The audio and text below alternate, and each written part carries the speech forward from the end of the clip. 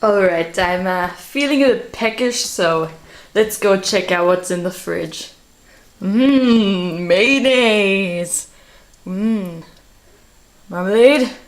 Plenty of marmalade. I got some salad dressing and oil.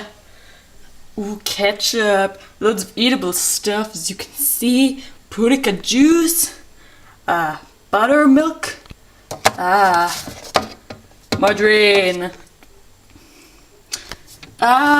Philadelphia! Obviously. Butter and cheese. Well, that didn't really help, so we got there. Some peanut butter.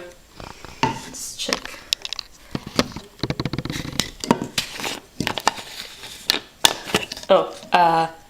It's an empty.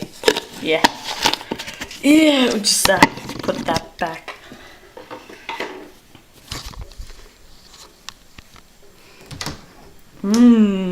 The pantry.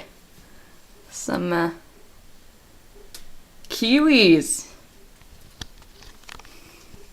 Oh, well, we have something eatable. The cereal. Out of date. Time to go shopping.